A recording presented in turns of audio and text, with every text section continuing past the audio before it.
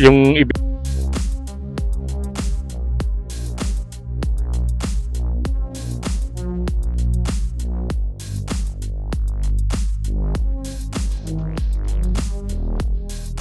ayun no.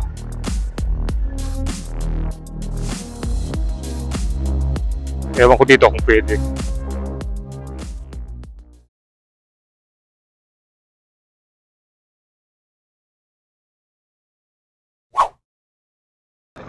Dito tayo ngayon sa harapan ng Sabres Mall.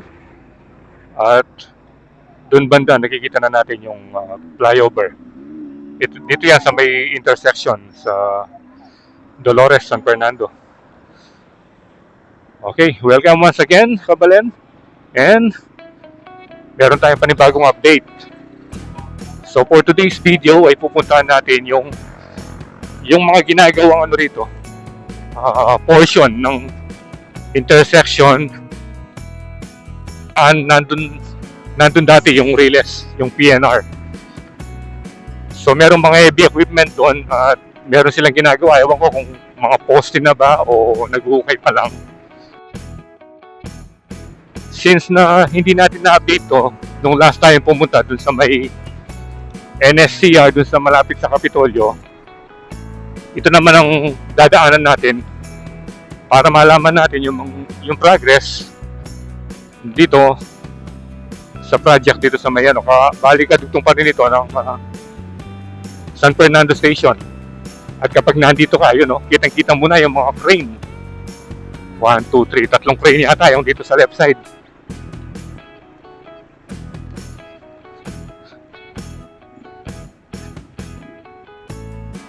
Ay hindi, apat yata. Tatlo lang. Mga ano pa rin, mga antena, mga tower. Yan, ito yung ating aalamin ngayon. At kukunan natin ang aerial view. Yun, merging traffic na. Matraffic na talaga dito dahil stoplight na dun eh. Ito naman yung San Fernando Hospital. Yan.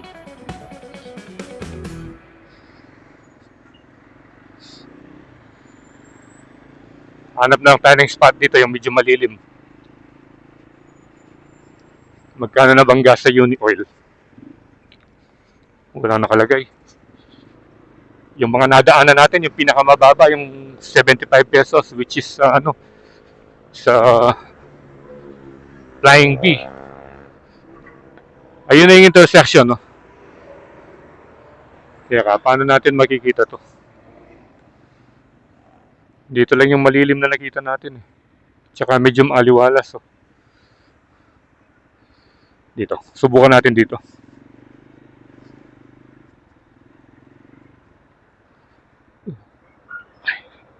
Try natin dito. Ito lang yung nakita nating spot eh. Dito yata dati yung yung Kawasaki big bikes. Yan dito yata dati oh. Pero ayun na yung mga yung ginagawang yung ginagawa rito, yun na. Kita na natin yung mga crane dito. Hindi lang natin malapitan dahil wala tayong pagpaparkingan dun eh. Crowded na dun pagdating sa mga sasakyan kasi intersection na. So tara, paliparan muna natin.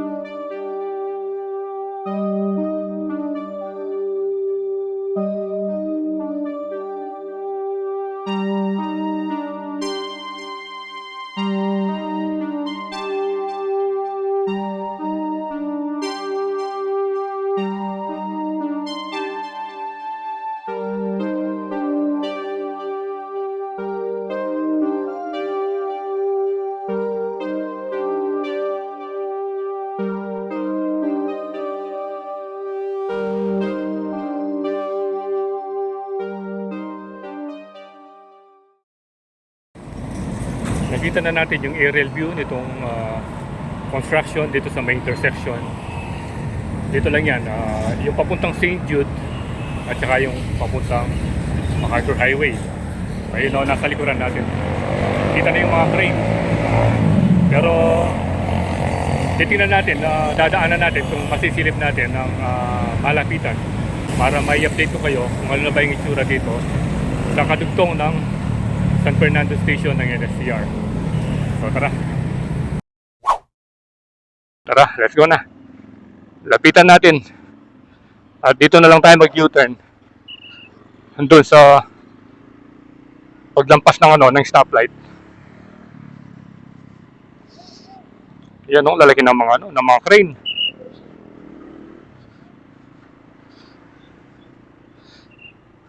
Dito posibleng makita natin, pero dun sa kabila medyo malayo siguro. Maraming sasakyan eh. Oh. Anyway, pagbalik try natin. So bali ito pala subdivision na. Hindi rin tayo pwede pumasok dyan. Pero nakita natin kanina dun sa may aerial view niya, merong hukay dito. Yung malaking hukay, dito, masisilip natin. Ayan o, ayan yung itsura niya. Ayan. Hindi man tayo pwedeng tumambay.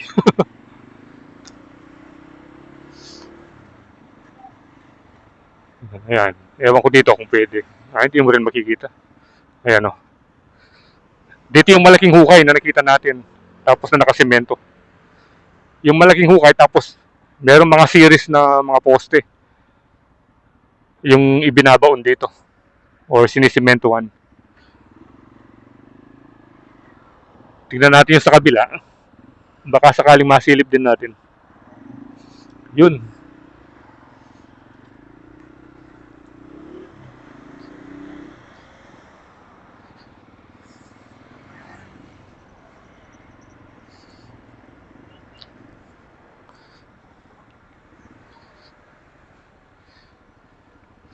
Ayan o. Saktong-sakto yan. Dahil nandito dati yung yung Riles eh.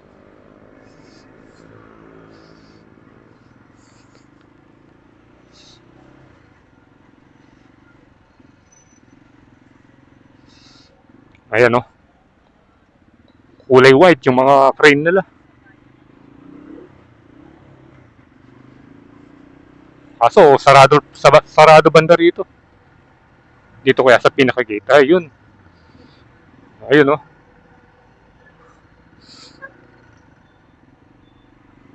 Yun. So nakita lang natin ng konti. Pero at least doon sa may aerial shot niya, marami tayong makikita ron. So hanggang dito na muna yung update natin dito sa may San Fernando Station ng NSCR. At abangan yung susunod nating update sa mga susunod na araw. Yan. So again, salamat sa panonood. Ride safe always, Kabalen. See you when I see you. And Proelandos is signing out.